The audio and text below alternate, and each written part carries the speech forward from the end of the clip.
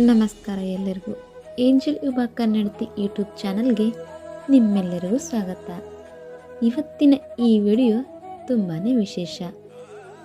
ಅದು ಏನಪ್ಪ ಅಂದರೆ, ನಮ್ಮ ಮನೆಯಲ್ಲಿ ಇಡುವ ವಸ್ತುಗಳು ನಮಗೆ ಯಾವ ರೀತಿ ಸುಖ, ಸಂಪತ್ತು, ನೆಮ್ಮದಿ, ಐಶ್ವರ್ಯ, ಹಣ ಇದೆಲ್ಲ ತಂದು ಕೊಡ್ತದೆ ಅಂತ ನೋಡೋಣ. ಮನೆ ಅಂದರೆ ಇಟ್ಟಿಗೆ, ಸಿಮೆಂಟ್ ಅಂತ ನಾವು ಅಂದ್ಕೊಳ್ತೀವಿ. ಆದರೆ ಪುರಾತನ ಜ್ಞಾನ ಏನು ಹೇಳುತ್ತೆ ಗೊತ್ತಾ? ಮನೆ ಒಂದು ಜೀವಂತ ಶಕ್ತಿ. ನಿಮ್ಮ ಮನೆಯಲ್ಲಿ ಇಡುವ ಪ್ರತಿಯೊಂದು ವಸ್ತು ನಿಮ್ಮ ಹಣ, ಆರೋಗ್ಯ, ಸಂಬಂಧ, ಭವಿಷ್ಯ ಇವನ್ನೆಲ್ಲ ಪ್ರಭಾವಿಸುತ್ತವೆ ಅಂತ ಹೇಳ್ತವೆ. ಮನೆ ಗ್ರೋತ್ ಅಂದರೆ ಕೇವಲ ಹಣ ಅಲ್ಲ. ಹಣ ಬರಬೇಕು, ಆರೋಗ್ಯ ಇರಬೇಕು, ಮನಸ್ಸಿಗೆ ಶಾಂತಿ ಇರಬೇಕು, ಕುಟುಂಬ ಒಟ್ಟಾಗಿರಬೇಕು, ಮಕ್ಕಳು ಮುಂದೆ ಬರಬೇಕು, ಅವಕಾಶಗಳು ಹುಡುಕಿ ಬರಬೇಕು. ಈ ಎಲ್ಲ ಒಟ್ಟಿಗೆ ನಡೆದರೆ ಅದನ್ನೇ ಪೂರ್ಣ ಮನೆಯ ಗ್ರೋತ್ ಅಂತ ನಾವು ಹೇಳ್ತೀವಿ. ಈಗ ಒಂದೊಂದಾಗಿ ನೋಡೋಣ. ಬಹುತೇಕ ಮನೆಗಳಲ್ಲಿ ಸಮಸ್ಯೆ ಏನು ಗೊತ್ತಾ? ಹಣ ಬರುತ್ತೆ, ಆದರೆ ಹೋಗೋದು ಗೊತ್ತೇ ಆಗಲ್ಲ.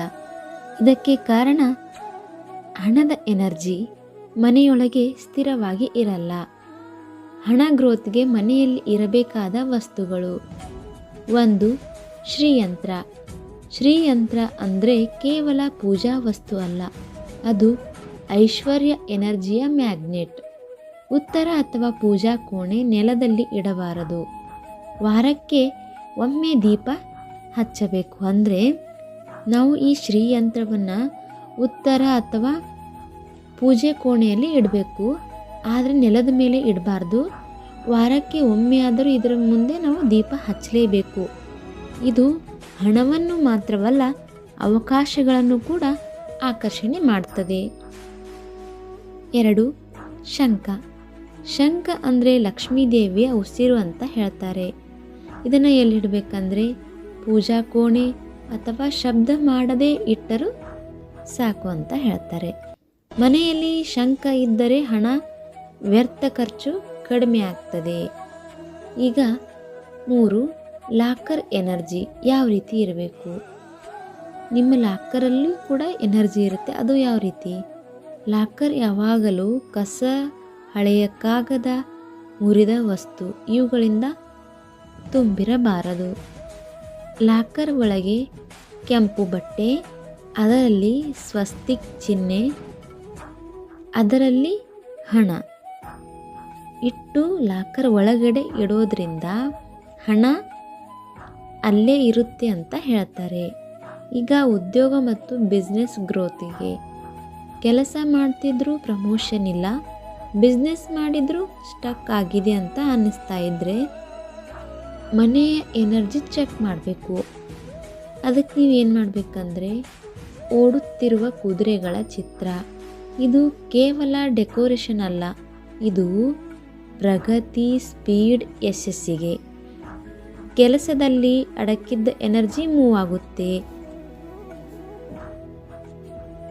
ಗಡಿಯಾರ.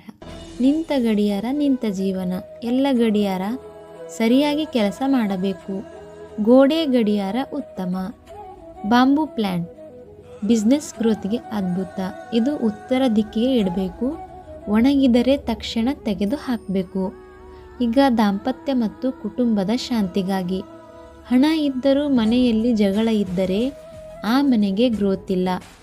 ಇದಕ್ಕೆ ನೀವೇನು ಮಾಡಬೇಕಂದ್ರೆ ರೋಸ್ ಕ್ವಾರ್ಟ್ಸ್, ಇದು ಪ್ರೀತಿಯ ಎನರ್ಜಿಯ ಸ್ಟೋನ್. ಇದನ್ನು ನೀವು ಮಲಗುವ ಕೋಣೆ ಅಥವಾ ಸೌಮ್ಯ ವಾತಾವರಣದಲ್ಲಿ ಇಡಬಹುದು. ಸಂತೋಷದ ಚಿತ್ರಗಳು ಅಂದರೆ ನಗುವ ಫೋಟೋಗಳು, ಒಟ್ಟಿಗೆ ಇರುವ ಕ್ಷಣಗಳು, ಇವು ಮನೆ ಎನರ್ಜಿಯನ್ನು ಮೃದುವಾಗಿಸ್ತವೆ. ಈಗ ಮಕ್ಕಳ ಗ್ರೋತ್ ಮತ್ತು ವಿದ್ಯಾಭ್ಯಾಸಕ್ಕಾಗಿ: ಮಕ್ಕಳು ಓದಿನಲ್ಲಿ ಮುಂದೆ ಬರಬೇಕು ಅಂದರೆ ಒತ್ತಡ ಅಲ್ಲ, ಎನರ್ಜಿ ಬೇಕು. ಇದಕ್ಕಾಗಿ ಸರಸ್ವತಿ ದೇವಿಯ ಫೋಟೋ, ಅಂದರೆ ಓದುವ ಕೋಣೆಯಲ್ಲಿ ಸರಸ್ವತಿ ದೇವಿಯ ಫೋಟೋ ಇಡಬೇಕು. ನೀವು ಸ್ವಚ್ಛ ಪರಿಸರ ಮೇಂಟೈನ್ ಮಾಡಿರಬೇಕು. ಅಂದರೆ ಸ್ವಚ್ಛ ಪರಿಸರ ಇದ್ದರೆ ಏನಾಗ್ತದೆ, ಓದಬೇಕಪ್ಪ ಅಂತ ಅನ್ನೋ ಮನಸ್ಸು ಬರ್ತದೆ. ಈಗ ನವಿಲುಗಿರಿ ನವಿಲುಗರಿ ಹಳೆಯ ಪದ್ಧತಿ ಆದರೆ ಶಕ್ತಿಶಾಲಿ, ಏಕಾಗ್ರತೆ ಜಾಸ್ತಿ, ಆರೋಗ್ಯ ಮತ್ತು ಮನಃಶಾಂತಿಗಾಗಿ. ಆರೋಗ್ಯ ಇಲ್ಲದ ಮನೆ ಎಷ್ಟೇ ಹಣ ಇದ್ದರೂ ಖಾಲಿ. ಇದಕ್ಕಾಗಿ ತುಳಸಿ ಗಿಡ, ಅದಕ್ಕೆ ನೀವು ಏನು ಮಾಡಬೇಕು, ಪ್ರತಿದಿನ ನೀರು ಹಾಕಬೇಕು, ಬೆಳಗ್ಗೆ ದೀಪ ಹಚ್ಚಬೇಕು. ಇದು ಮನೆಯ ಪಾಸಿಟಿವ್ ಫೀಲ್ಡ್ ಅಂತ ಹೇಳ್ತಾರೆ. ಓಂ ಚಿಹ್ನೆ, ಇದು ಮನಸ್ಸಿಗೆ ಶಾಂತಿ ಕೊಡುತ್ತೆ, ಒತ್ತಡ ಕಡಿಮೆ ಮಾಡ್ತದೆ. ನಕಾರಾತ್ಮಕ ಶಕ್ತಿ ಹೊರಹಾಕುವ ಸರಳ ವಿಧಾನಗಳನ್ನು ಹೇಳ್ತೀನಿ.